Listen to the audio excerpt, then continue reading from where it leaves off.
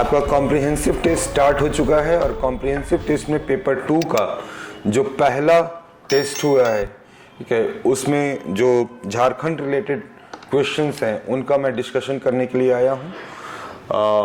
इस बार क्योंकि पहला टेस्ट था इसलिए सवाल जो है वो थोड़े आसान रखे गए हैं, ठीक है, धीरे धीरे इनका स्तर जो है वो थोड़ा टफ होता जाएगा।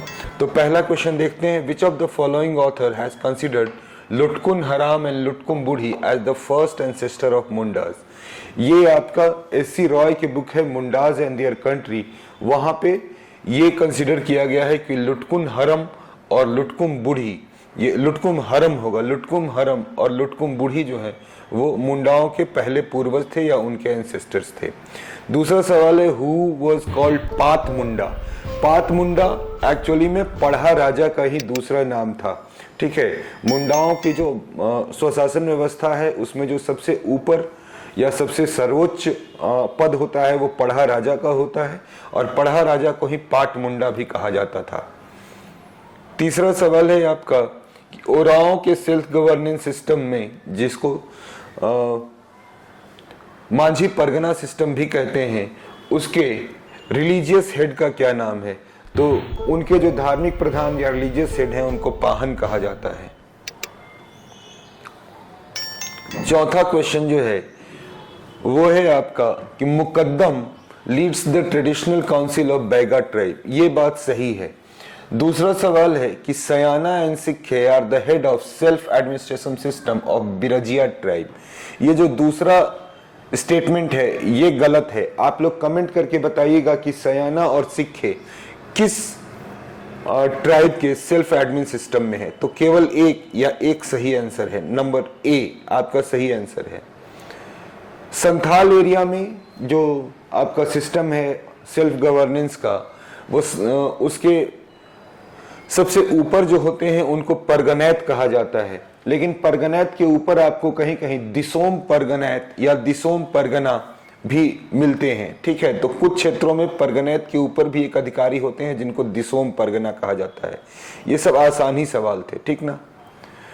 दूसरा छठा नंबर, इन स्टेटमेंट को देखिए और बताइए कि इनमें से कौन सही है, ठीक है। पहला, all executive post of panchayat were hereditary, और ये मुंडा सेल्फ एडमिन सिस्टम के बारे में है। पंचायत के सभी कार्यकारी पद वंशानुगत थे, ये बात सही है। पढ़ा राजा was elected everywhere every year, हर साल इनका चुनाव होता है। नहीं, हर साल नहीं होता है। मानकी एंड पढ़ा राजा यूज टू कलेक्ट रेवेन्यू, ये भी सही नहीं है आपका, ठीक है, क्योंकि मुंडा स्वशासन व्यवस्था में आपके रेवेन्यू का सिस्टम था ही नहीं। Which of the following best describe the function of कोतवार in the self-admin system of Oram? Oram में कोतवार का मुख्य काम क्या था? तो वो परहा राजा के दूत की तरह काम करते थे, ठीक है, ये परहा राजा होगा। डाकुआ और देवरी किस सेल्फ एडमिन सिस्टम से एसोसिएटेड हैं? डाकुआ और देवरी ये दोनों हो की स्वशासन व्यवस्था जो है या उनका जो सेल्फ एडमिन सिस्टम है उससे संबंधित है। Next, the panchayat of Chero tribe is called Bhaiyari. ये बात या ये स्टेटमेंट सही है। The head of Bhaiyari is called Gotia, ये बात सही नहीं है, ठीक ना। तीसरा, the panchayat of Bhumij tribe is called Pradhan, ये भी सही है आपका, ठीक है। तो पहला और तीसरा सही है, दूसरा सही नहीं है, ठीक है। According to scholars, which of the following statement is true about सदान? सदानों के बारे में कौन सा कथन इनमें से सही है? They migrated to Jharkhand after असुर and मुंडा। मुंडा और असुरों के बाद जो झारखंड में प्रवास किए उनको सदान कहा जाता है। ये किसी भी स्कॉलर का विचार नहीं है। दूसरा, they were among the first non-tribal settlers in Jharkhand. Actually में अगर सदानों की परिभाषा देखें तो यही है, non-tribal permanent settler, गैर आदिवासी, मूल आदिवासी या मूलवासी। तो ये आपका सही है, ठीक ना। उन्होंने प्रमुख समूह के रूप में उरांव का स्थान लिया, ये भी सही नहीं है। और वो साउदर्न इंडिया से आए थे, ये भी बिल्कुल सही नहीं है। Which of the following two caste या दो जनजातियों को शेड्यूल्ड ट्राइब या जनजाति घोषित किया गया या अनुसूचित जनजाति घोषित किया गया है झारखंड फॉर्मेशन के बाद? ये कोल और कंवर, इन दोनों को झारखंड फॉर्मेशन के बाद शेड्यूल ट्राइब में या अनुसूचित जनजाति में शामिल किया गया है।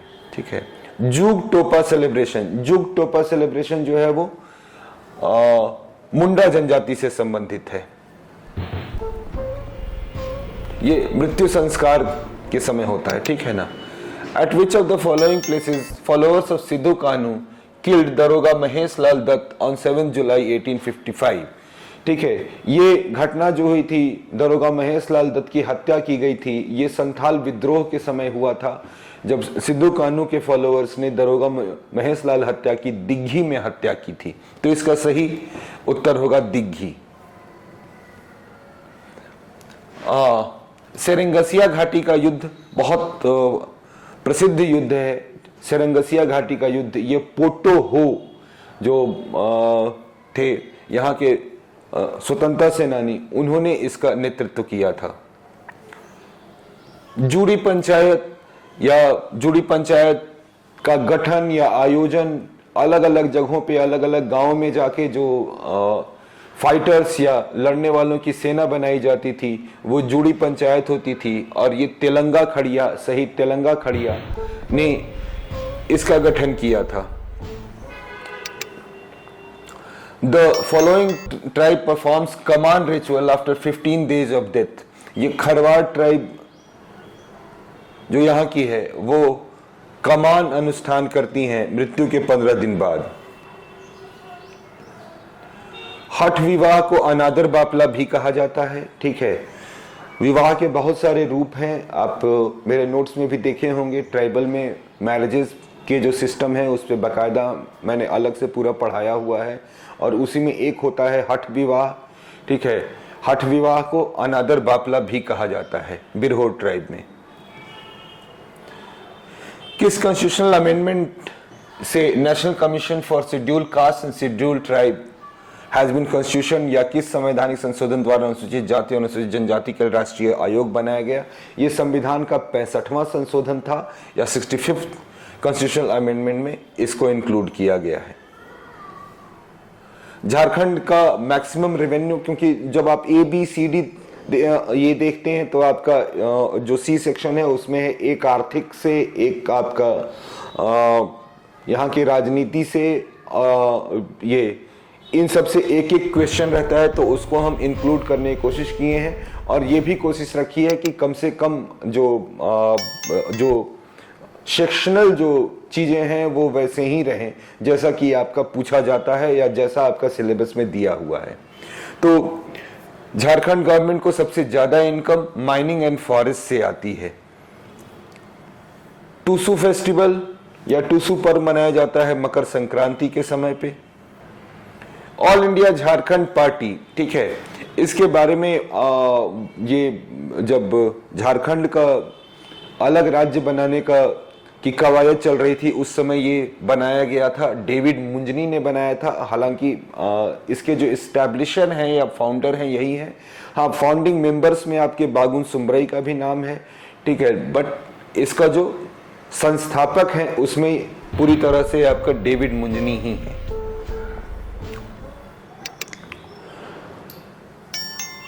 कौन से लीडर किसान सभा से जुड़े हुए नहीं थे या किसान सभा के गठन से जुड़े हुए नहीं थे? ठीक है, यहाँ किसान सभा का गठन भी हम लोग पढ़ते हैं, झारखंड अलग राज्य का आंदोलन जब पढ़ते हैं उसमें, तो आपके पॉल दयाल थेबले और राव, ठीक है, ये दोनों उसके गठन में सबसे महत्वपूर्ण थे। तो इग्नेस बेक जो थे वो इसमें नहीं थे या इस आंदोलन में साथ में नहीं थे। बहुत फेमस सवाल, केंद्रीय जो इंस्ट्रूमेंट है ये बिरसा मुंडा द्वारा भी प्रयोग किया जाता था। तो सवाल है कौन सा इंस्ट्रूमेंट बिरसा मुंडा ने यूज किया? तो वो केंद्रीय यूज किया था उन्होंने। हिजला मेला, ठीक है, जो झारखंड का एक राजकीय मेला है, ठीक है। हिजला मेला की हिस्ट्री जो है वो हम आपको ये क्लास में बता चुके हैं, ठीक है, मेरे नोट्स में है, मेरी वीडियो क्लासेस में है। तो हिजला मेला जो है वो राजकीय मेला 2015 में घोषित किया गया था। वही सवाल है कि हिजला मेला जो है वो कब डिक्लेयर किया गया? तो हिजला मेला आपका 2015 में स्टेट मेला या राजकीय मेला घोषित किया गया है। आप कमेंट में ये जरूर बताइएगा कि हिजला मेला कब लगता है और कहां लगता है। मलूटी टेम्पल, ठीक है, जिसको कि मंदिरों का गांव कहा जाता है, वो आपका ननकर राजाओं द्वारा बनाया गया था। ठीक है, तो किन्होंने बनाया मलूटी टेम्पल? तो ननकर राजाओं ने बनाया था। अल्पना आर्ट जो ओरांव ट्राइब के लोग खास करके शादी विवाहों में बनाते हैं, उसको डंडा कटा कहा जाता है। ठीक है, यही सवाल था कि ओरांव ट्राइब के शादी में जो बनाया जाता है अल्पना आर्ट, ये सामान्यतः हल्दी के रंग से और चावल के रंग से उजला और पीला रंग बनाया जाता है और थोड़ा बहुत सिंदूर का प्रयोग किया जाता है लाल रंग के लिए, तो इससे ये बना होता है। ठीक है, इसको डंडा कटा भी कहते हैं। CNT पर अब चलते हैं, CNT एक्ट पर। ठीक है, तो CNT एक्ट का ये सेक्शन 46 जो है वो कुछ जो इम्पोर्टेंट है आपका CNT एक्ट में, उसमें जो मोस्ट इम्पोर्टेंट सेक्शन है वो सेक्शन 46 है। तो बोलता है अंदर section 46 of CNT act, a tribal raiyat में transfer land by sale, gift, exchange will only to, किसको केवल कर सकेगा? तो यह आप लोगों ने स्पष्ट पढ़ा है कि केवल किसी शेड्यूल ट्राइब मेंबर को ही कोई शेड्यूल ट्राइब कर सकता है जो उसी थाने का हो, और वो भी with the permission of deputy commissioner. ठीक है, तो सेम थाने में ट्रांसफर होगा और डिप्टी कमिश्नर के परमिशन से होगा। तो उस थाना क्षेत्र में रहने वाला कोई अन्य अनुसूचित जनजाति का सदस्य उपायुक्त की अनुमति से सेक्शन 46 जो है वो सेल, गिफ्ट या एक्सचेंज की अनुमति देता है। हाँ, CNT एक्ट में डिवोल्यूशन ऑफ लैंड, ठीक है, यानी अगर रैयत बिना वसीयत के मृत्यु हो गई है तो ठीक है, उसका उस जमीन का क्या किया जाएगा, तो ये धारा 23 आपको इसके बारे में बहुत डिटेल में बताया है।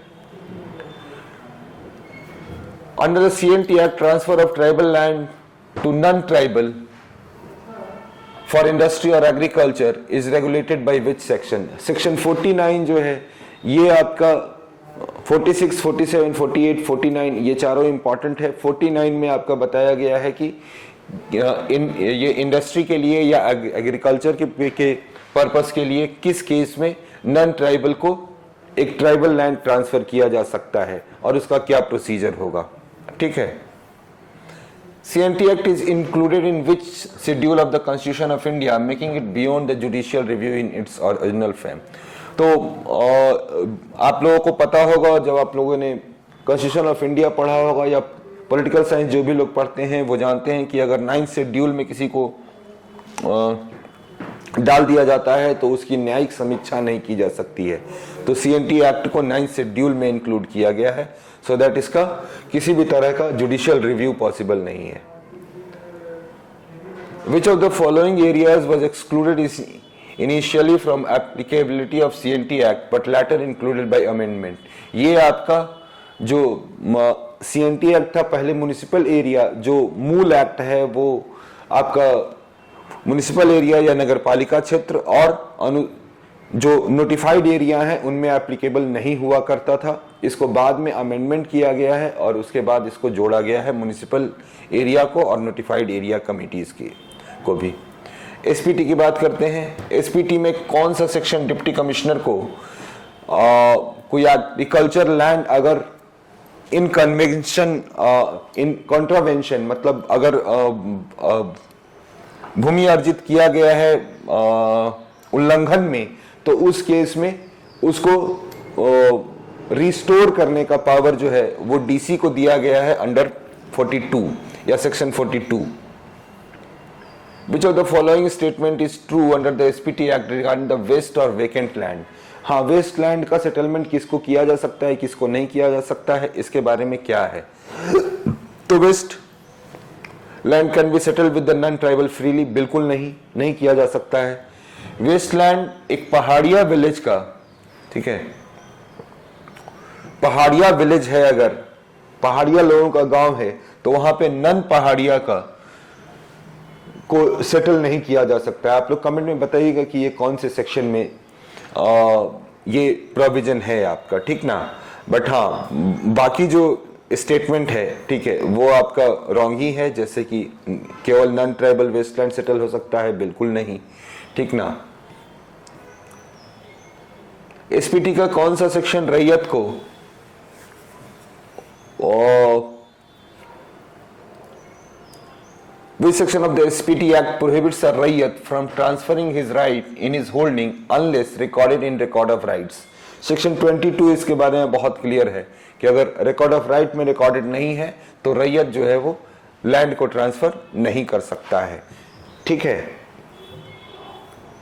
कुछ सवाल आपके सीएनटी में जो 2 सवाल हैं वो कहे गए हैं कि आपके आएंगे बाहर से, ठीक ना, मतलब सीएनटी एसपीटी के बाहर से आएंगे। तो हम इस बार जो है वो भूमि अधिग्रहण कानून जो यहाँ 2013 में बहुत ही लैंडमार्क एक्ट है उससे सवाल पूछे हैं कि कंपनसेशन आपका रूरल एरिया में कितना मिलता है अगर लैंड एक्विजिशन एक्ट ये 2013 के तहत एक्वायर किया जाता है। आज के डेट में लैंड एक्विजिशन के लिए वही एक एक्ट है आपका पूरे इंडिया में, तो बाजार मूल्य से 4 गुना जो है वो हो सकता है। ठीक ना। According to Land Acquisition Act, what is the time limit which acquired land must be used for the stated public purpose, failing which it must be returned to the original owner? 5 years is the time limit. ठीक है ना, 5 साल तक में आपको उस land को वापस कर देना। अगर जिस काम के लिए लिया गया है अगर वो काम नहीं होता है तो वो लैंड रीस्टोर कर दी जाएगी। तो ये लैंड एक्विजिशन एक्ट में साफ साफ है आपका लिखा हुआ, ठीक है, कि 5 साल के भीतर अगर जिस पर्पस के लिए है उस पर्पस का काम उसमें नहीं स्टार्ट हुआ है या वो काम नहीं किया गया है तो ओरिजिनल ओनर को वापस करनी पड़ेगी। भूदान यज्ञ एक्ट, ठीक है, जो हम इसके अलावे के एक्ट्स पढ़ाते हैं उसमें आपको हम कई तरह के एक्ट पढ़ाते हैं। उसमें एक भूदान यज्ञ एक्ट भी पढ़ाते हैं जो बिहार भूदान एक्ट के था पहले, झारखंड बनने के बाद केवल बिहार के जगह झारखंड से उसको रिप्लेस कर दिया गया है। तो ये जो एक्ट है ये आपका विनोबा भावे ने किया था और 1954 में ये एक्ट बना था। ठीक ना। तो यही 37 सवाल थे मेरे और आगे का डिस्कशन आपका इंद्रजीत सर करेंगे और अमित सर करेंगे। ठीक है, उम्मीद करते हैं कि सवाल बहुत ही आसान थे और आप लोग अच्छा स्कोर किए होंगे इस पर। Thank you very much. आज के लिए इतना ही। हेलो एवरीवन, तो आगे के क्वेश्चंस का डिस्कशन मैं करूंगा। क्वेश्चन नंबर 38 है, विच 2 districts of Jharkhand fall under earthquake zone 4? भूकंपीय क्षेत्र 4 के अंतर्गत कौन कौन से जिले आते हैं? तो इसका आंसर है गोड्डा और साहिबगंज, और ये स्टेट डिजास्टर मैनेजमेंट प्लान जो झारखंड का है उसमें ये क्लियरली मेंशन किया हुआ है। Next, how many districts are mining related disasters reported? कितने डिस्ट्रिक्ट्स में माइनिंग रिलेटेड जो आपदाएं होती हैं वो रिपोर्ट की जाती हैं? तो इसका आंसर है 16 जिलों में खनन संबंधी आपदा देखी जाती है। अगला क्वेश्चन है, which cities in Jharkhand are included in urban risk reduction programme? Urban risk reduction programme या शहरी जोखिम न्यूनीकरण कार्यक्रम में कौन कौन से जिले इंक्लूडेड हैं? तो ये जो ऑप्शन है इसमें से रांची और धनबाद इससे जोड़ा गया है।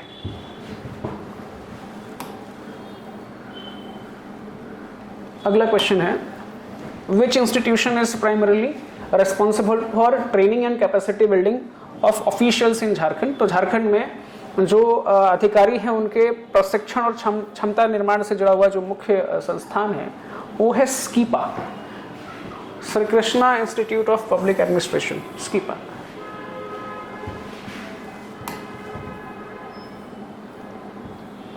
अगला क्वेश्चन है, which national level organisation assist Jharkhand in capacity building for community based disaster risk reduction?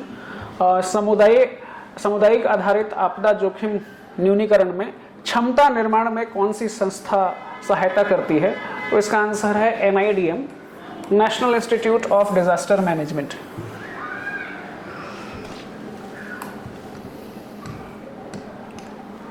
अगला क्वेश्चन है, which global industrial concept is the Jharkhand industrial and investment policy 2021 preparing the state for? तो किस टेक्नोलॉजी किस industry के बारे में ये Jharkhand industrial policy में मेंशन किया गया है, ये है industry 4.0 and new age technology. जो इंडस्ट्री 4.0 है, इसमें जो नए तरह के जितने भी टेक्नोलॉजीज वगैरह हैं उसके बारे में इस पॉलिसी में बात की गई है।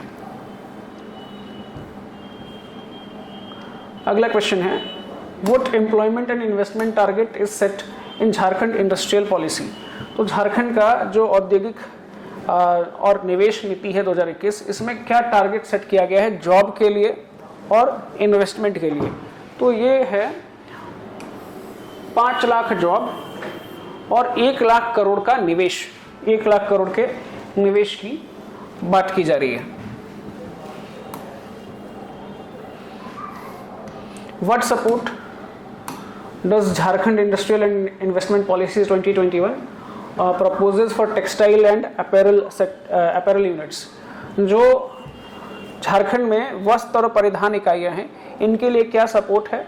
तो इनके लिए जैसे देखिएगा, recognition of textile and apparel park as public utility services, इसे पब्लिक यूटिलिटी सर्विस के रूप में डिक्लेयर किया गया है और इन्हें कैपिटल इंसेंटिव भी मिलता है।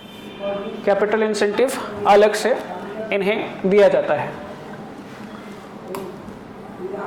अगला क्वेश्चन है, झारखंड औद्योगिक एवं ये तो हो गया। अगला सवाल है, झारखंड इंडस्ट्रियल इन्वेस्टमेंट पॉलिसी में की incentives for new electronic system design and manufacturing units. तो ESDM यूनिट्स जो हैं, इलेक्ट्रॉनिक सिस्टम डिजाइन और मैन्युफैक्चरिंग यूनिट्स, इनके लिए प्रमुख प्रोत्साहन क्या है? तो इनके लिए जो प्रमुख प्रोत्साहन है, इन्हें 10 वर्षों के लिए 100% बिजली शुल्क प्रतिपूर्ति और 10% पूंजी प्रतिपूर्ति 10 करोड़ तक, मतलब इलेक्ट्रिसिटी ड्यूटी रीएम्बर्समेंट और कैपिटल में जो जितना खर्च हो रहा है, पूंजी जितनी खर्च हो रही है उसका 10% सरकार देगी, 10 करोड़ तक। तो अगला क्वेश्चन है, Jharkhand rehabilitation and resettlement policy. तो इस पॉलिसी में अफेक्टेड फैमिली का एक कॉन्सेप्ट है। अफेक्टेड फैमिली यानी जो प्रभावित परिवार है, इनकी परिभाषा क्या है? जो शेड्यूल्ड एरियाज हैं, जो अनुसूचित क्षेत्र है, तो इन अनुसूचित क्षेत्रों में किसे माना जाता है? तो इसका आंसर अनुसूचित क्षेत्रों में कोई भी अगर अफेक्टेड फैमिली के रूप में आना चाहता है तो उसे कम से कम उस क्षेत्र में 30 वर्ष तक वो वहाँ रह रहा हो। अगर 30 इयर्स तक उस क्षेत्र में रह रहा हो तो वो इसके अंदर काउंट होगा। अगला क्वेश्चन है, under Jharkhand rehabilitation and resettlement policy 2008 social impact assessment becomes mandatory. तो सामाजिक प्रभाव आकलन कब कंपलसरी हो जाता है? ये वैसे मामलों में कंपलसरी होता है जब जो प्रभावित परिवार हैं वो 100 से ज़्यादा हों, 100 से अगर अधिक फैमिलीज हैं, तो वैसे केस में ये आवश्यक है। अगला क्वेश्चन है, Jharkhand rehabilitation and resettlement policy, appointment of administrator for resettlement and rehabilitation is mandatory when, मतलब कब जो पुनर्वास और पुनर्स्थापन प्रशासक की नियुक्ति कब अनिवार्य होती है? तो इस पॉलिसी के अनुसार राज्य सरकार एडमिनिस्ट्रेटर को अपॉइंट कर सकती है जब 100 या उससे अधिक परिवार उससे प्रभावित हों, या फिर जब सरकार को लगे कि ऐसा करना चाहिए। तो कम से कम 100 परिवार वाला क्राइटेरिया यहाँ पर लिया गया है, या फिर कुछ और मामले ऐसे हो सकते हैं जहाँ सरकार को लग रहा है तो नियुक्ति कर सकती है। अगला क्वेश्चन है, under the Jharkhand rehabilitation policy what is the total rehabilitation grant for category A? Jharkhand rehabilitation policy, what is the total rehabilitation grant for category A surrendered extremist, जो नक्सलवाद से जुड़े हुए लोग हैं उनके पुनर्वास के लिए। जो कैटेगरी ए के सरेंडर करने वाले नक्सली हैं उन्हें कितना सपोर्ट प्रोवाइड किया जाएगा? तो ये 6 लाख रुपए तक का सपोर्ट मिलेगा, और जिसमें देखिएगा 2 लाख रुपए सरेंडर करने के तुरंत बाद मिलते हैं और बाकी के 4 लाख अगले और 2-2 लाख के इंस्टॉलमेंट में इन्हें दिया जाता है। तो कुल 6 लाख रुपए का सहायता दिया जा रहा है। इसके अलावा एक चीज़ ध्यान में रखें कि इन पर जितना इनाम होता है वो भी सरेंडर करने वाले नक्सलवादी को ही मिल जाता है, और सरेंडर करने के बाद वो मुख्य धारा में आ सकते हैं। इसी उद्देश्य से सरकार ये पॉलिसी चला रही है ताकि किसी को आर्थिक कारणों से इन सब में जुड़े रहने की आवश्यकता ना हो।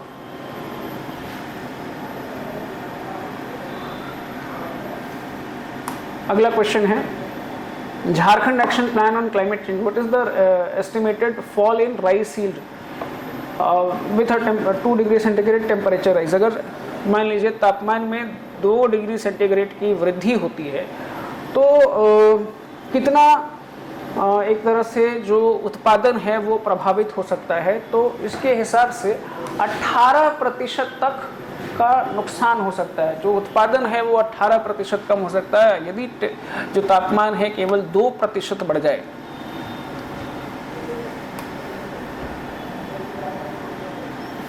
अगले प्रश्न पर आते हैं। Under Jharkhand action plan on climate change the indicators of vulnerability assessment takes into account. तो जो वल्नरेबिलिटी असेसमेंट है, संवेदनशीलता मूल्यांकन है, इसमें किन किन चीज़ों को लिया जाता है। इसमें प्रेसिपिटेशन वेरिएंस, मतलब वर्षा में कितना बदलाव हो रहा है, तापमान में कितना बदलाव हो रहा है, कितने प्रतिशत लोग गरीबी रेखा से नीचे हैं, और घने वन डेंस फॉरेस्ट कितना है, ये चारों को लिया जाता है।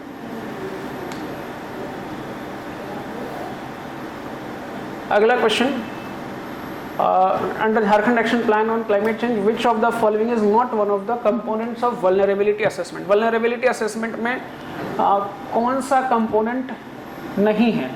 तो वल्नरेबिलिटी असेसमेंट में इकोनॉमिक इनइक्वालिटी का असेसमेंट का कंपोनेंट नहीं है। और यदि आप देखिएगा तो इसके लिए एक वल्नरेबिलिटी टेबल है जो आपको Jharkhand action plan on climate change के PDF में मिल जाएगा। उसको आप डिटेल में देख सकते हो। उसमें कई सारे कंपोनेंट्स और इंडिकेटर्स दिए हुए हैं, तो उसको आपको देखना चाहिए क्योंकि उससे कई सारा MCQs बन सकता है।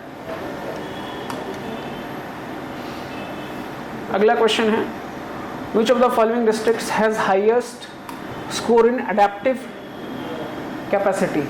एडेप्टिव कैपेसिटी में in the vulnerability index for districts under Jharkhand action plan in climate change, मतलब जो संवेदनशीलता सूचकांक है इसमें कौन सा जिला सबसे ज़्यादा अनुकूलन क्षमता वाला है। तो इसका आंसर है रांची। तो रांची जिले में इसका जो इम्पैक्ट है वो कम होगा क्योंकि यहाँ पर जो अनुकूलन क्षमता है वो काफ़ी अच्छी है। अगले क्वेश्चन पर चलते हैं। अकॉर्डिंग टू नहीं सॉरी ये होगा अकॉर्डिंग टू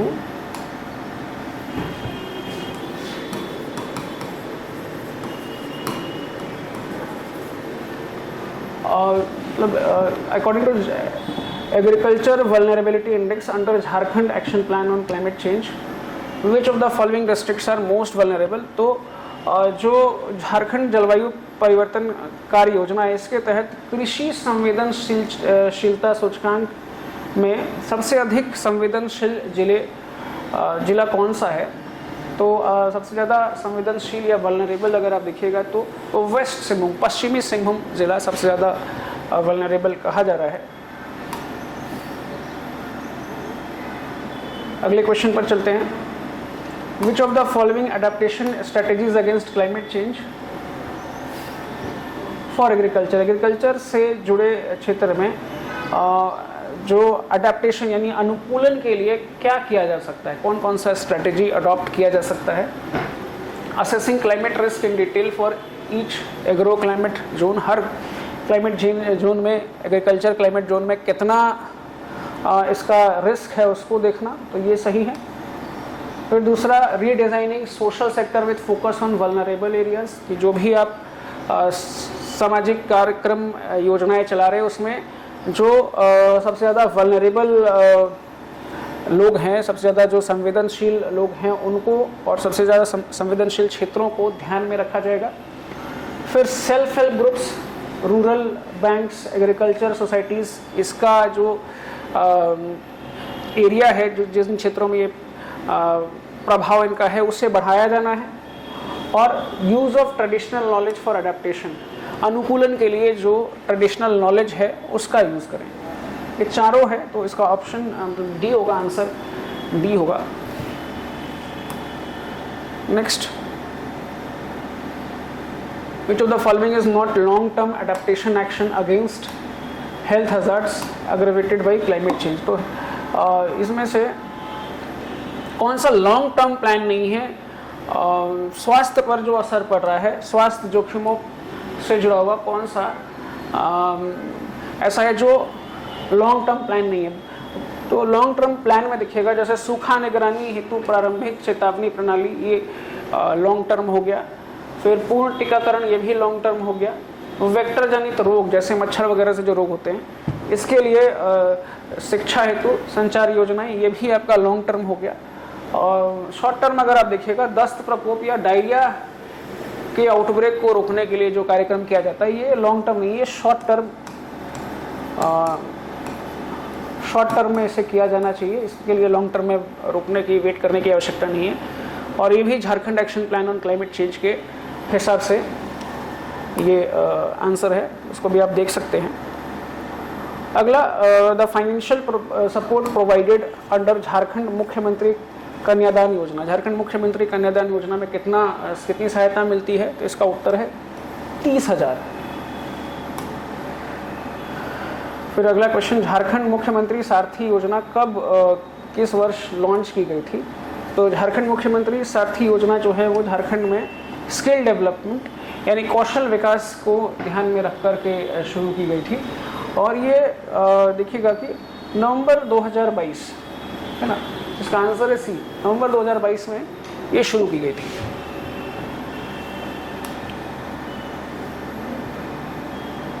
फिर अगला क्वेश्चन है, under the Guruji credit student credit card scheme collateral free education loan is provided up to, Guruji credit card scheme में कितना बिना किसी कोलैटरल के, बिना किसी बैंक गारंटी के लोन कितना मिल सकता है?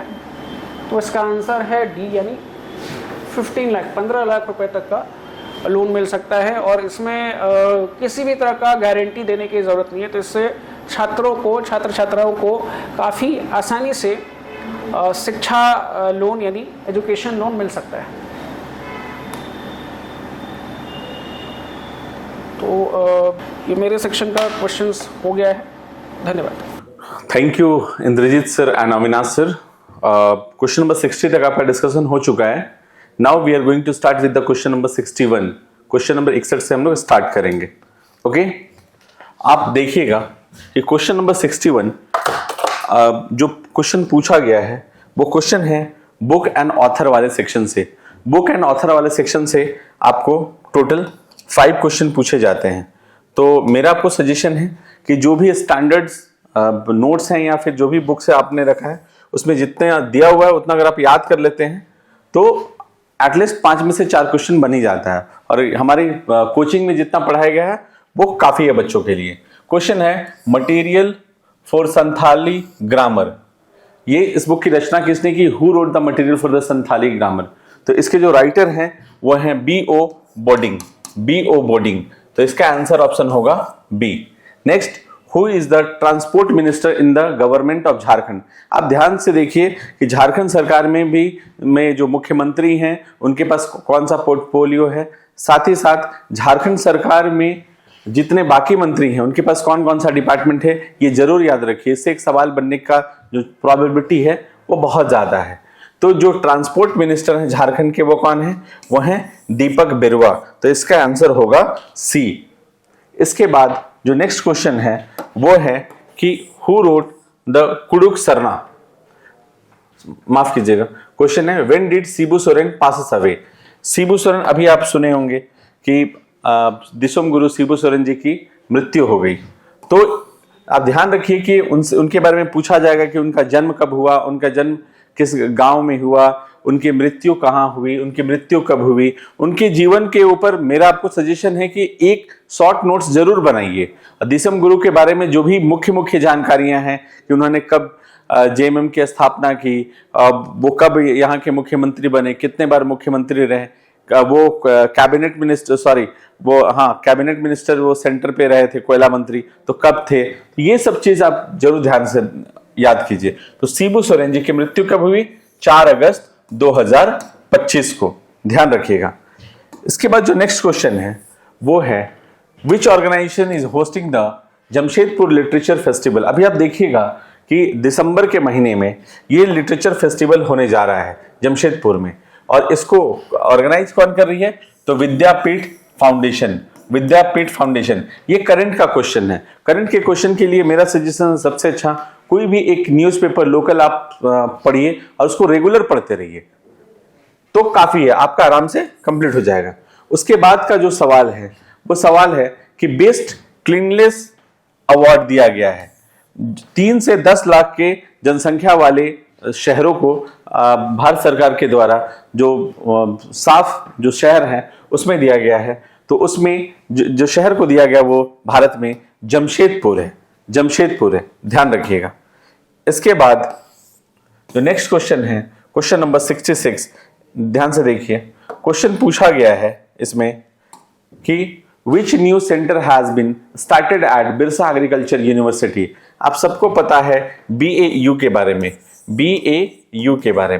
BAU में एक नया सेंटर AI रिसर्च सेंटर शुरू किया गया है, AI रिसर्च सेंटर शुरू किया गया है, ध्यान रखिएगा। तो इसका उत्तर होगा BAI रिसर्च सेंटर। उसके बाद क्वेश्चन नंबर 67 पे पहुंचते हैं। क्वेश्चन नंबर 67 को आप देखेंगे तो क्वेश्चन नंबर 67 में पूछा गया है कि आपने देखा होगा कि 26 जनवरी में जब रिपब्लिक डे होता है, गणतंत्रता दिवस के समय झांकियां निकलती है दिल्ली में। तो इस बार जो 2025 में है उसमें झारखंड की तरफ से जो झांकी गई थी उसमें वो झांकी में क्या प्रदर्शित किया गया था? तो उस झांकी का जो मुख्य उद्देश्य था वो ट्रिब्यूट दिया गया था किसके कंट्रीब्यूशन को? वो श्री रतन टाटा जी के कंट्रीब्यूशन को वहां पे झारखंड के द्वारा प्रदर्शित किया गया था। अगला सवाल है कल्पना सोरेन, श्रीमती कल्पना सोरेन जो कि जेएमएम की MLA हैं और ये हमारे माननीय मुख्यमंत्री जी की पत्नी भी हैं। तो पूछा जा सकता है कि ये MLA झारखंड की कौन सी सीट से हैं? तो ध्यान रखिए ये गांडेय सीट से इस बार MLA बनी है, ये दूसरी बार MLA बनी है। ध्यान से रखिए कि चीफ मिनिस्टर जो हमारे जो भी मंत्री हैं झारखंड के, साथ ही साथ जो विपक्ष के नेता हैं या फिर जो विधानसभा अध्यक्ष हैं, इन सबों का जो विधानसभा क्षेत्र है वो एटलीस्ट आपको ध्यान में रखना ही चाहिए, इससे सवाल बन सकता है। नेक्स्ट आ जाइए क्वेश्चन नंबर 69। क्वेश्चन नंबर 69 में आप देखिए कि कुड़ुक सरना किसके द्वारा लिखी गई है?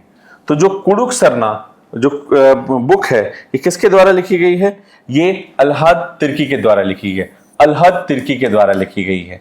उसके बाद जो क्वेश्चन आता है an introduction to Kharia language G.C. Banerjee के द्वारा लिखी गई है। अगेन आई एम रिपीटिंग, मैं आपको फिर से रिक्वेस्ट कर रहा हूं कि जो बुक और ऑथर वाला सेक्शन है उसको अभी से ही याद कीजिए, क्योंकि आखिरी समय में उसमें कंफ्यूजिंग ज्यादा हो जाएगा, ज्यादा कंफ्यूज हो जाइएगा, इसलिए याद करने वाले सेक्शन को अभी याद कीजिए। ये ट्राइबल ब्रेव हार्ट ये किसने लिखा है? तो ये बुक लिखा है किसने बताइए? ये लिखा है डॉक्टर मयंक मुरारी ने। अभी आपने देखा होगा कि जमशेदपुर में एक फेस्टिवल फेस्ट होने वाला है और उसी फेस्ट में मयंक मुरारी को इनके इसी ट्राइबल ब्रेव हार्ट के लिए शब्दकोश अवार्ड से सम्मानित किया जाएगा। ठीक है, तो इसका उत्तर क्या होगा? डॉक्टर मयंक मुरारी। इसके बाद जो क्वेश्चन है वो है कि वर्तमान समय में editor in chief of Prabhat Khabar के एडिटर इन चीफ कौन है? तो इसका जो उत्तर होगा वो होगा डी आशुतोष चतुर्वेदी। ध्यान रखिएगा हरिवंश नारायण सिंह जी के नाम पे कंफ्यूजन नहीं होना चाहिए। इसलिए नहीं होना चाहिए क्योंकि हरिवंश नारायण सिंह पहले रह चुके हैं, वर्तमान समय में ये राज्यसभा के उपाध्यक्ष हैं, राज्यसभा के उपाध्यक्ष हैं।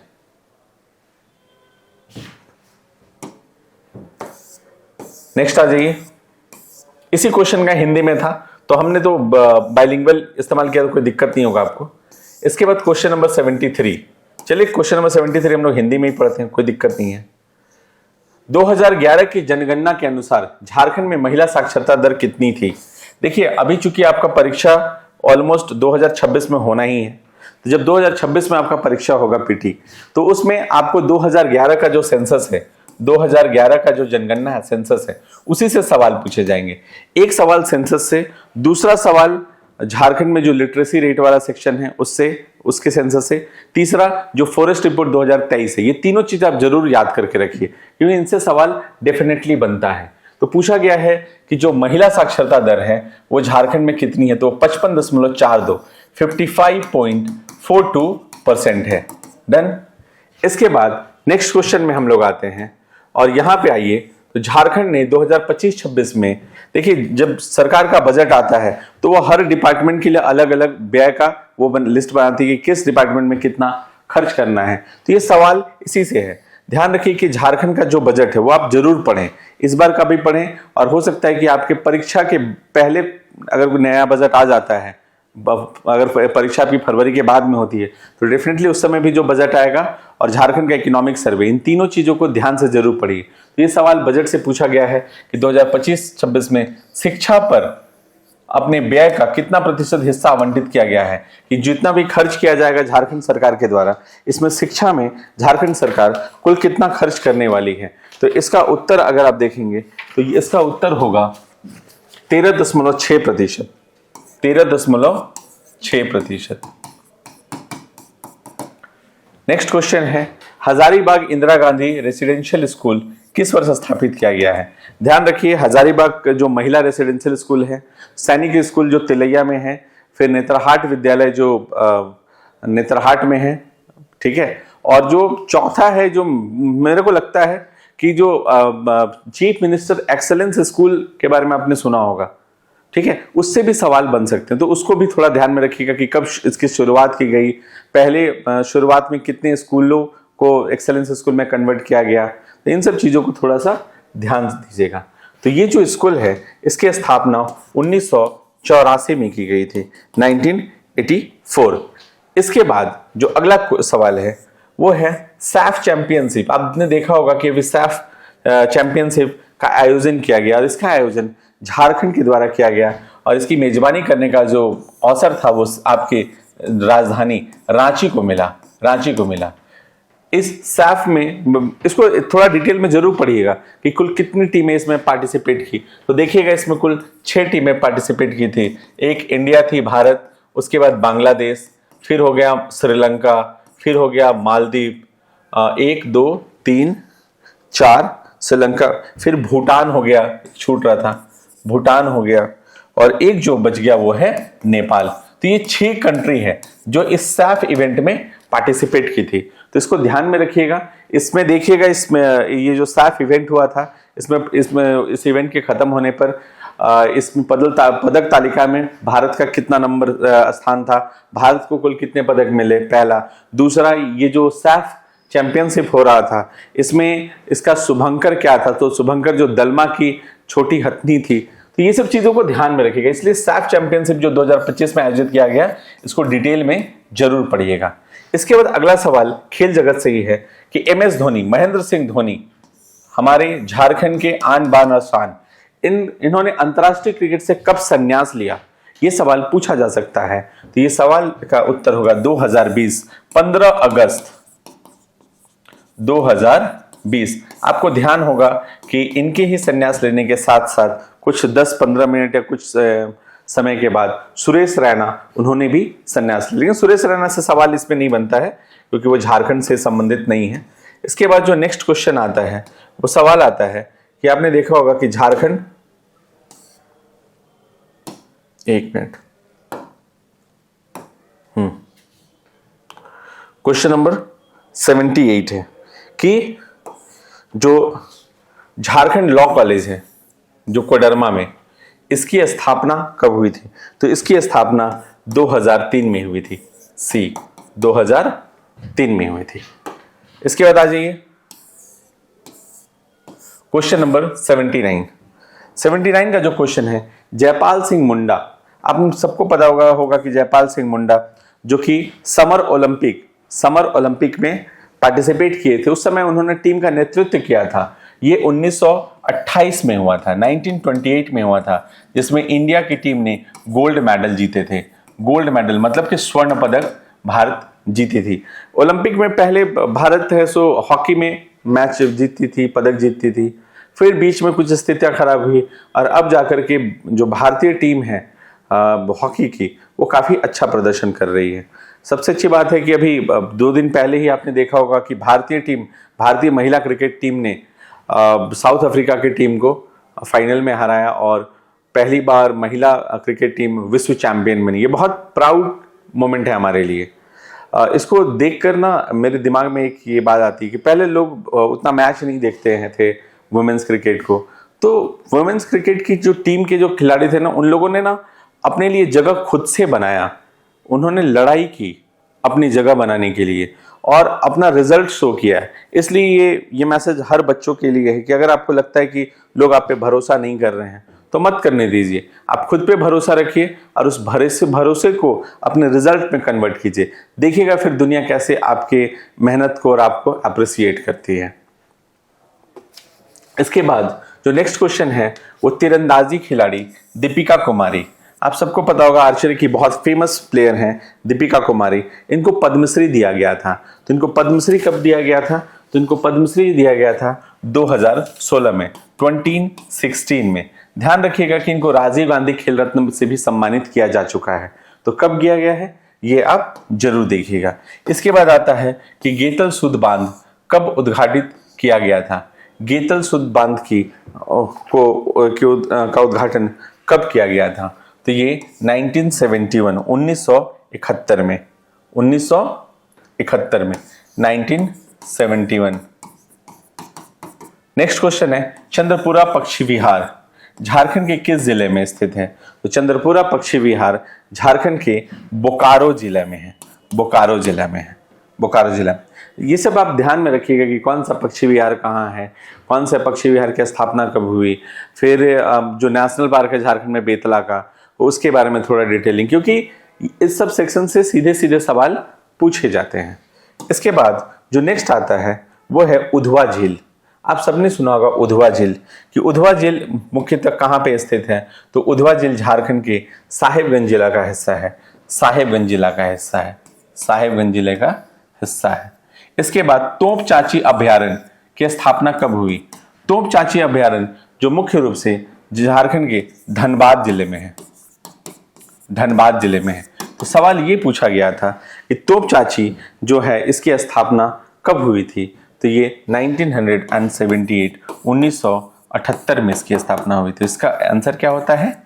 बी होता है। देखिए इन सब प्रश्नों का उत्तर आपके साथ डिस्कस करने का जो उद्देश्य है, ताकि आपको ये पता चले कि किस प्रकार के प्रश्न परीक्षा में पूछे जा रहे हैं, किस प्रकार का क्वेश्चन पूछा जा रहा है, ताकि आपकी तैयारी उसी तरह से उसी मोड में होनी चाहिए, उसी रास्ते की तरफ चलनी चाहिए। और अगर इसके साथ साथ आपको डिस्कशन के समय कुछ और भी बताया जाता है कि आपको और क्या पढ़ना चाहिए, तो इसका आप एडवांटेज उठाइए और डेफिनेटली आप अपनी तैयारी को और धार दीजिए। इसके बाद जो नेक्स्ट सवाल पूछा गया है वो सवाल है कि दलमा वन्य जीवन अभयारण्य में हाथी परियोजना। आप सबको पता है कि ये जो दलमा जो ये है अभयारण्य है, इसकी स्थापना 1975 में की गई थी, 1975 में की गई थी। लेकिन यहाँ पे हाथी परियोजना, इसका जो मुख्य उद्देश्य भी था वो हाथी को ही लेकर के किया गया है। तो यहाँ पे जो हाथी परियोजना है ये 1992 में 1992 में शुरू की गई थी। ठीक है। फिर है झारखंड खनिज संसाधनों में समृद्ध है, ये बात हम सब जानते हैं। इसमें भारत के 27.3% भंडार किस खनिज का है? सिर्फ 27.3% कोई एक ऐसा खनिज है जो झारखंड में मिलता है। तो ध्यान रखिएगा वो कोई और नहीं, वो आपका अपना कोयला है। झारखंड जिसकी माइनिंग के लिए काफी प्रसिद्ध है। इसके बाद जो नेक्स्ट सवाल आते हैं वो है कि जो 2025-26 का जो बजट लाया गया था, उस बजट में आप देखिएगा सड़कों और पुलों के पूंजीगत व्यय के लिए कितना राशि आवंटित किया गया था। तो ये राशि आवंटित किया गया है 5300 करोड़, मतलब 5300 करोड़ रुपए सिर्फ सड़कों और पूंजीगत मतलब पुलों के निर्माण के लिए आवंटित किया गया है। इसके बाद जो नेक्स्ट क्वेश्चन नंबर 87 हो गया, ठीक है, ओके। उसके बाद क्वेश्चन नंबर आप देखेंगे 88। आपने सबने सुना होगा रियाडा, RIADA, रियाडा, ठीक है। तो इसकी स्थापना कब हुई थी? इसकी स्थापना 2015। इसी के तर्ज में बियाडा बना है, और भी इंडस्ट्रियल जोन बनाए गए हैं। तो प्लीज आप उसको जरूर ध्यान में देखिए कि इंडस्ट्रियल जोन कहाँ बनाए गए हैं, कौन से जिले में बनाया गया है, उसकी स्थापना कब की गई है, उसका कार्य क्षेत्र क्या है, ये आप जरूर ध्यान में देंगे। इसके बाद जो नेक्स्ट है वो झारखंड में स्थित जापला सीमेंट। आप सबको पता होगा कि जापला सीमेंट फैक्ट्री पलामू में है, ठीक है, जो बाद में बंद हो गया। तो ये देखिएगा कि जापला सीमेंट फैक्ट्री कहाँ पे है स्थापित किया गया था, तो ये पलामू में स्थापित किया गया था। इसके बाद क्वेश्चन नंबर हम लोग सीधे 90 में पहुंचे। देखिए यहाँ पे एक नोटिस है, और वो नोटिस है कि यहाँ पे खोटा मेंस क्लासेस शुरू की गई है। खोटा का नया बैच अभी लास्ट वीकेंड बैच शुरू हुआ है। ये 4th बैच चल रहा है खोटा का, क्योंकि खोटा के बच्चों का डिमांड ज़्यादा है, और हमारे यहाँ पे झारखंड में सबसे ज़्यादा मेहनत करने वाले टीचर्स हैं, ये मैं आपको बता सकता हूँ। विनोद सर हैं जो काफ़ी मेहनती शिक्षक हैं, काफ़ी मेहनत कर रहे हैं। अब खोटा का क्लासेस अभी जस्ट स्टार्ट हुआ है, तो आप खोटा के लिए आ सकते हैं डेफिनेटली। इसके बाद जो नेक्स्ट क्वेश्चन है वो है, आप सबने सुना होगा श्रीराम बॉल बेयरिंग लिमिटेड, जिसको SBL शॉर्ट में बोला जाता है। ये झारखंड के कौन से जिले में अवस्थित है? तो देखिए ये जो है SBL, इसको SBL बोला जाता है, ये झारखंड के रांची के रातू में स्थित है। झारखंड के रांची के रातू में, जो 2001 से ही बंद कर दिया गया, 2001 से बंद कर दिया गया। जब आप SBL पढ़ेंगे तो इसी के समकक्ष एक और है SNL करके, जो अभी वर्तमान समय में कार्यरत है। इसके बाद नेक्स्ट क्वेश्चन, मैंने आपको बताया कि आपको जनगणना पढ़ना चाहिए 2011 का। तो आप इसमें जो सवाल पूछा गया वो है कि जनगणना 2011 के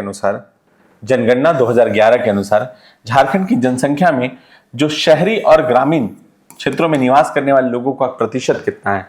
चूंकि झारखंड एक ग्रामीण परिवेश वाला राज्य है, तो यहाँ पे जो ग्रामीण जनसंख्या वो ज्यादा होगी, ज्यादा क्या, बहुत ही ज्यादा है, दोनों के बीच में बहुत डिफरेंस है। तो ये इसकी अभी जो शहरी जनसंख्या है वो एज पर 2011 जनसंख्या के, अभी जो जनगणना होगी तो उसमें कुछ प्रतिशत डेफिनेटली शहरी का बढ़ेगा, क्योंकि शहरीकरण का विस्तार हो रहा है, शहर का विस्तार हो रहा है, और ग्रामीण का 75.95%। तो इसका आंसर क्या हो जाएगा? ए, कि जो झारखंड में अभी वर्तमान समय में 24.05% शहरी जनसंख्या है, वहीं पर ग्रामीण जनसंख्या 75.95% है। इसके बाद जो नेक्स्ट क्वेश्चन है वो है, झारखंड में बॉक्साइट खनन किस कंपनी के द्वारा किया जाता है? आप सब लोग पढ़ेंगे कि झारखंड का जो क्षेत्र है इसमें लोहरदगा, गुमला और लातेहार वाला जो क्षेत्र है,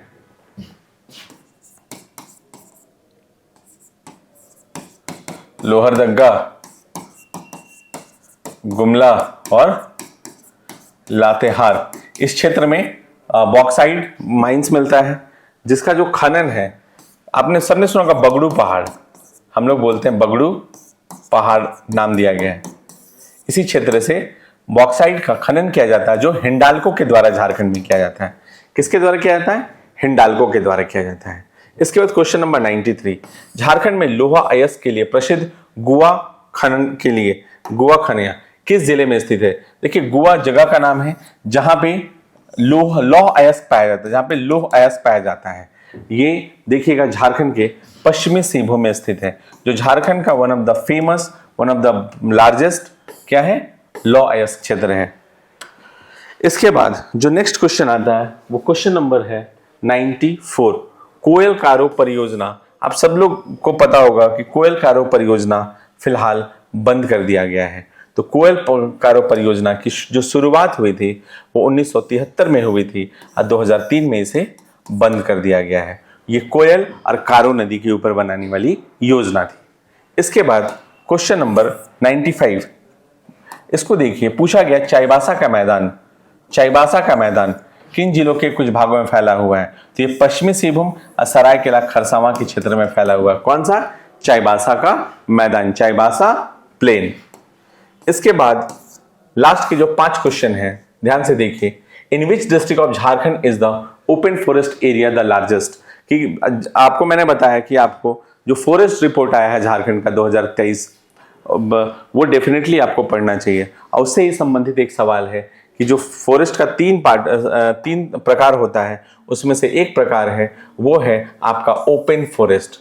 ओपन फॉरेस्ट तो पूछा गया है आपसे कि झारखंड में ओपन फॉरेस्ट सबसे ज़्यादा कहाँ पे पाया जाता है? तो मुझे जहाँ तक याद है इसका उत्तर डेफिनेटली वेस्ट सिंहभूम ही होना चाहिए, पश्चिमी सिंहभूम ही होना चाहिए, पश्चिमी सिंहभूम ही होना चाहिए। ठीक है। उसके बाद नेक्स्ट जो क्वेश्चन है वो पूछा गया, आपको एक मिट्टी के बारे में बताया गया। अब ध्यान से देखिए, ये सवाल दोनों तरफ हिंदी इंग्लिश में है कि the soil is the mainly red in colour and has a slightly Sandy texture. It is found beneath and around hills and mounds. It contains abundant iron oxide, aluminum oxide and silica. Hindi में हम देखते हैं कि यह मिट्टी मुख्य रूप से लाल रंग की होती है और इसकी बनावट थोड़ी बलुई रेत जैसी होती है। ये टोंगरी और डुंगरी के नीचे तथा उनके आसपास पाई जाती है। इसमें लोहे का ऑक्साइड, एल्युमिनियम ऑक्साइड और सिलिका प्रचुर मात्रा में पाया जाता है। तो झारखंड में जो मिट्टियां पाई जाती है उसमें ये किस प्रकार के मिट्टी में आता है? इसको हम लोग टाण मिट्टी बोलते हैं, दोन मिट्टी बोलते हैं या बाड़ी की मिट्टी बोलते हैं? तो इसका उत्तर होगा डेफिनेटली ये टाण वाली मिट्टी होती है। आप सब जानते होंगे टाण क्या होता है। टाण होता है, इसको हम लोग हाईलैंड बोलते हैं, और जो दोन होता है वो लोलैंड बोलते हैं। टाण जहाँ पे देखिएगा कि दोन तो आप सब समझते हैं जहाँ हम लोग धान की खेती करें, जहाँ पे पानी जमा होता है, और जो टाण होता है वो उससे ऊपर का क्षेत्र होता है। और जो तीसरा जो है जो बाड़ी, ये हमारे घर के परिधि के अंदर, जैसे हमारा ये घर है, घर के अंदर जो बाउंड्री होता है उसके पीछे जो रहते हैं, सामने जो क्षेत्र रहता है, जिसमें हम लोग क्या करते हैं, घर में जितना भी वेस्टेज आ रहा है सारा कुछ फेंक रहे हैं, ये सब कुछ, तो ये वाला जो क्षेत्र होता है इसको हम लोग बोलते हैं बाड़ी। ठीक है, इसको हम लोग बोलते हैं बाड़ी या बाड़ी। दोन बोलते हैं जहां पे आप धान की खेती करें, जो लो लैंड है, नीचे की भूमि है, और जो ऊंचे वाले क्षेत्र में मिलता है इसको टाण बोलते हैं। और ये तीनों की तीनों हमारी झारखंड की जो मिट्टियां हैं उसकी प्रमुख लोकल, जिसको बोल सकते हैं क्षेत्रीय आधार पे इनका विभाजन किया गया है, इनका जो वर्गीकरण किया गया है। नेक्स्ट जो क्वेश्चन आता है, question number 98, where are the Suryakund hotspot? इसको सूरज कुंड, सूर्य कुंड दोनों बोलते हैं। ये हॉटस्पॉट स्प्रिंग कहाँ पर है? गर्म जल कुंड जिसको बुलाया जाता है, ये गर्म जल कुंड है। सूर्य कुंड जो है वो गर्म जल कुंड है, और ये झारखंड के हजारीबाग में स्थित है। झारखंड के हजारीबाग में स्थित है। देखिए गर्म जल कुंड क्यों होता है? ऐसे नॉर्मल होना चाहिए कि नीचे से कुछ वोल्केनिक वाला ये होगा, तो वो तो वहाँ है नहीं। तो एक प्रोबेबिलिटी होता है, यहाँ पे सल्फर पाया जाता है। यहाँ पे क्या पाया जाता है? सल्फर पाया जाता है। देखिएगा बहुत बार होता है कि ऐसी धारणा है कि जो ये सल्फर होता है, यहाँ पे क्या होता है कि हम लोग जाते हैं और यहाँ पे स्नान करते हैं, और ऐसा माना जाता है कि इसमें स्नान करने से अगर आपको स्किन का कोई डिजीज है तो वो कम हो जाता है या छूट जाता है। तो उसके पीछे बहुत सारी भ्रांतियां हैं, लेकिन एक साइंटिफिक रीजन ये भी है कि इसमें सल्फर पाया जाता है जो आपके स्किन के लिए सही होता है। नेक्स्ट क्वेश्चन है, विच district of Jharkhand receive the highest rainfall? Jharkhand का कौन सा ऐसा जिला है जो औसतन पूरे साल भर, वर्ष भर में सबसे ज्यादा वर्षा प्राप्त करता है? तो वो हजारीबाग जिला है। हजारीबाग जिला है। ठीक है, झारखंड के क्लाइमेट को ध्यान से पढ़िए, बहुत मजा आएगा। एक लास्ट जो 100 नंबर का क्वेश्चन है वो क्वेश्चन है कि कर्क रेखा, आप सबको पता है कि ये इक्वेटर है, नीचे ट्रॉपिक ऑफ कैप्रिकॉर्न है, ऊपर ट्रॉपिक ऑफ कैंसर है। इसी को हम लोग बोलते हैं कर्क रेखा। कर्क रेखा ये भारत से पास होती है, और भारत के कितने राज्यों से पास होती है? तो राजस्थान, फिर गुजरात, गुजरात के बाद मध्य प्रदेश, मध्य प्रदेश के बाद छत्तीसगढ़, छत्तीसगढ़ के बाद झारखंड, झारखंड के बाद वेस्ट बंगाल, वेस्ट बंगाल के बाद त्रिपुरा, त्रिपुरा के बाद मेघालय, सॉरी माफ कीजिएगा, त्रिपुरा के बाद मिजोरम। तो ये कुल 8 स्टेट से पास होती है, और ये झारखंड से पास होती है। तो सवाल इसमें ये पूछा गया है कि ये जो पास हो रही है झारखंड के किस जिलों से पास होती है, तो वह है रांची, रामगढ़, लोहरदगा और Latehar. Again I am repeating, Ranchi, Ramgarh, Lohardaga and Latehar, इन सारे जिलों से कर्क रेखा पास होती है, कर्क रेखा गुजरती है। तो ये हो गया आपका कुल 100 क्वेश्चंस का डिस्कशन करने के पीछे का उद्देश्य आपको इस प्रश्न का सिर्फ उत्तर बताना नहीं है, इस प्रश्न को पूछने के पीछे का जो उद्देश्य है इससे संबंधित कुछ और जानकारियां हैं। साथ ही साथ आपको ये बताया जा सके कि जब आप आगे अपनी तैयारी कर रहे हैं, जब आप पढ़ रहे हैं, तो किस वे में आपको जाना है, कैसे आपको तैयारी करनी है। जैसे आपको 3-4 चीजें मैंने बताई कि आपको डेफिनेटली झारखंड का जो फॉरेस्ट रिपोर्ट आया है 2023 वो करना जरूरी है, आपको सेंसस 2011 करना जरूरी है, जो मिनरल्स वाला सेक्शन है कि झारखंड में कौन सा खनिज कहाँ पे मिलता है, ये सब पढ़ना बहुत अच्छे से जरूरी है। तो इन सब चीज़ों को अच्छे से कीजिए। और झारखंड करंट अफेयर्स के लिए द कैपिटल सिविल सर्विसेज एक सेशन लेकर के आएगा दिसंबर में, जिसमें आपको पूरे साल भर का करंट अफेयर्स पढ़ाया जाएगा। साथ ही आपको पीडीएफ भी प्रोवाइड कराई जाएगी, तो आप उसका इंतजार कीजिए। और जो बच्चे खुद से कर रहे हैं उनको मेरी एक सलाह है कि आप कोई भी एक स्टैंडर्ड झारखंड का क्षेत्रीय जो लोकल न्यूज़पेपर है उसको फॉलो कीजिए। झारखंड के सारे न्यूज़ अवेलेबल होते हैं जो आपको एग्जाम में पूछे जाएंगे। तो अपना खूब ख्याल रखिए और ऐसे ही हमारे साथ जुड़े रहिए। द कैपिटल सिविल सर्विसेज 14वीं जेपीएससी को लेकर सेपरेट हिंदी और इंग्लिश दोनों माध्यम के बच्चों के लिए बैच रन कर रहा है। आप आइए, अब क्लास कीजिए और अपने जो जेपीएससी का जो रिजल्ट है उसको अचीव करने में हम आपकी मदद करेंगे और आप उस रिजल्ट को अचीव कीजिए। ये हमारी ओर से शुभकामनाएं हैं। आप अपना खूब ख्याल रखिए और इस वीडियो को अपने दोस्तों के साथ जरूर शेयर कीजिए और इस चैनल को सब्सक्राइब कीजिए। Thank you.